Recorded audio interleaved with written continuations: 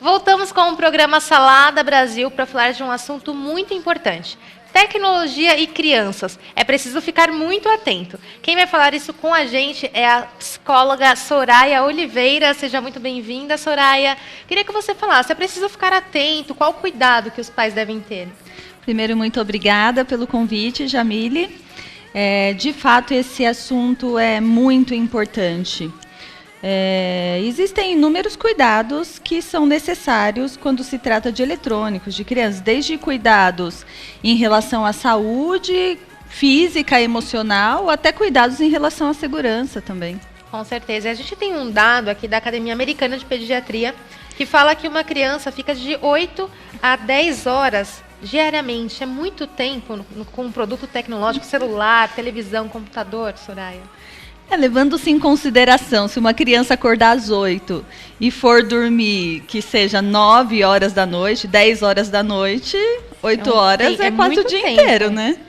E eu queria que você falasse também sobre esses novos produtos eletrônicos que são entregues às crianças pequenas que ainda estão em fase de desenvolvimento, né? Crianças de 2 anos. Isso atrapalha e prejudica o desenvolvimento da criança? Olha, atrapalha e prejudica quando é em excesso. Porque também tem os benefícios da tecnologia. Tem um ponto positivo também, né, Soraya? Isso na nossa vida.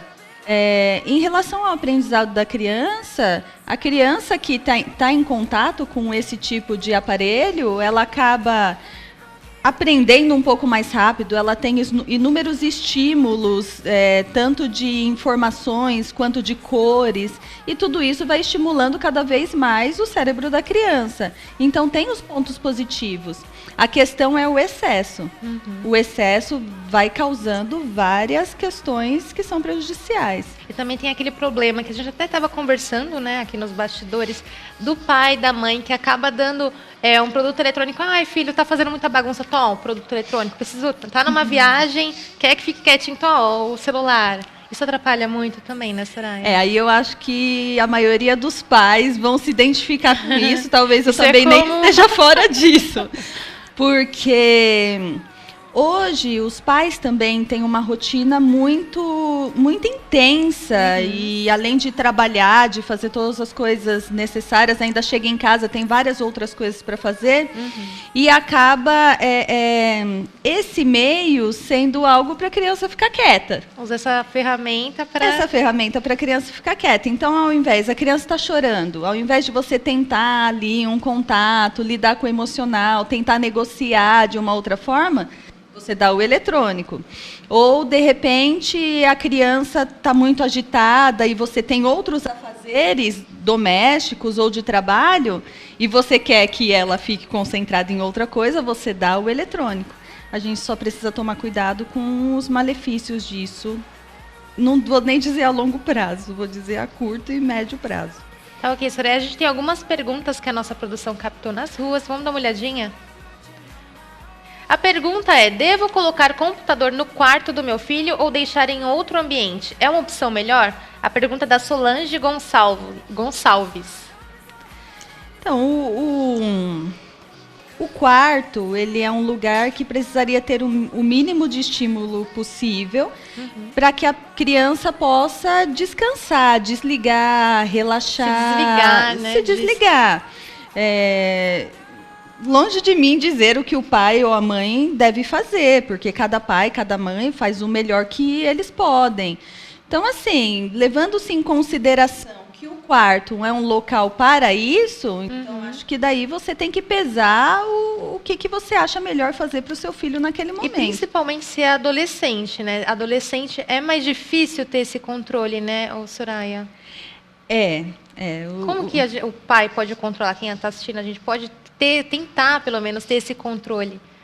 A adolescência já é em si uma fase mais difícil, mais complicada. Claro, não vamos generalizar nunca aqui. Mas é uma fase em que a criança está tentando ter uma autonomia, tem a fase de tentar testar os pais, de tentar quebrar as regras. Então, por si só, acaba sendo uma fase um pouco mais complicada. Com o adolescente, acredito que uma forma que pode ser que dê certo é a questão de combinar com o adolescente as regras.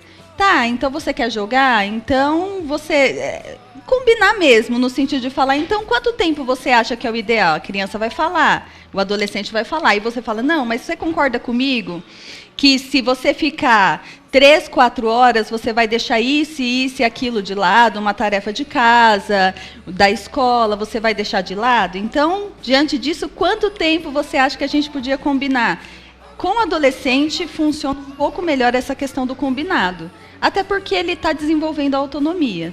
A gente tem mais perguntas, queria que a produção colocasse aí para a gente ver. A pergunta é, minha filha tem 9 anos e não consigo controlar o uso do celular. Ela almoça, janta e faz todas as atividades com o celular na mão. E todas as suas amigas de escola têm o mesmo hábito. Até a lição de casa fica para segundo plano, não tenho mais controle. Como devo agir? Nossa, é complicado, né? Elizabeth Dutra, dona de casa. E é comum, né, Soraya? Isso. Muito comum. Hoje em dia, a criançada... Com criança, às vezes dá pra gente ser um pouco mais enfático, né? Olha, neste momento não é a hora, então não vai usar. E aí vai dos pais saber lidar com aquele choro que a criança vai fazer naquele momento, aquela birra, aquele choro, vai dos pais aguentarem. Então, em alguns momentos, colocar regras mais... eu não vou dizer rígidas, mas mais estabelecidas. No sentido de horário de almoço, não vai. Tal horário é o horário da tarefa, então você não vai. Então, os nãos acabam tendo que ser um pouco mais enfáticos. Agora, uma boa saída é você propor outros jogos para aquela criança.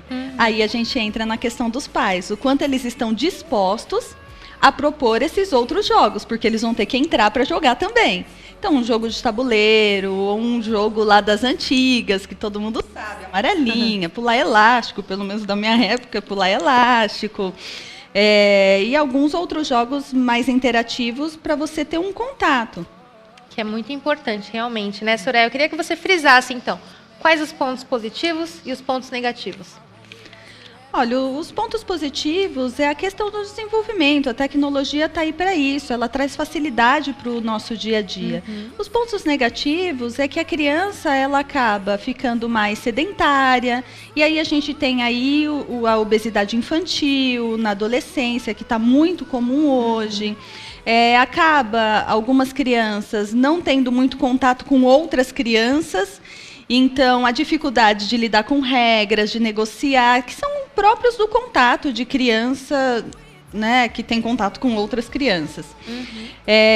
Uma outra questão importante é a introspecção. Então, aquela criança que tem mais dificuldade de se relacionar, claro que ela vai preferir ficar no jogo, porque aí é ela com ela mesma, ela não precisa enfrentar a situação. Só que isso, quando vai chegando na adolescência, vai piorando cada vez mais.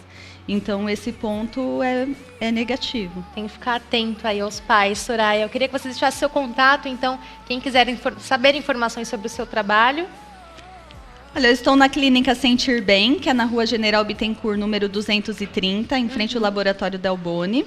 É uma clínica multidisciplinar, então tem a parte de psicologia, nutrição, fonoaudiologia, fisioterapia, estética.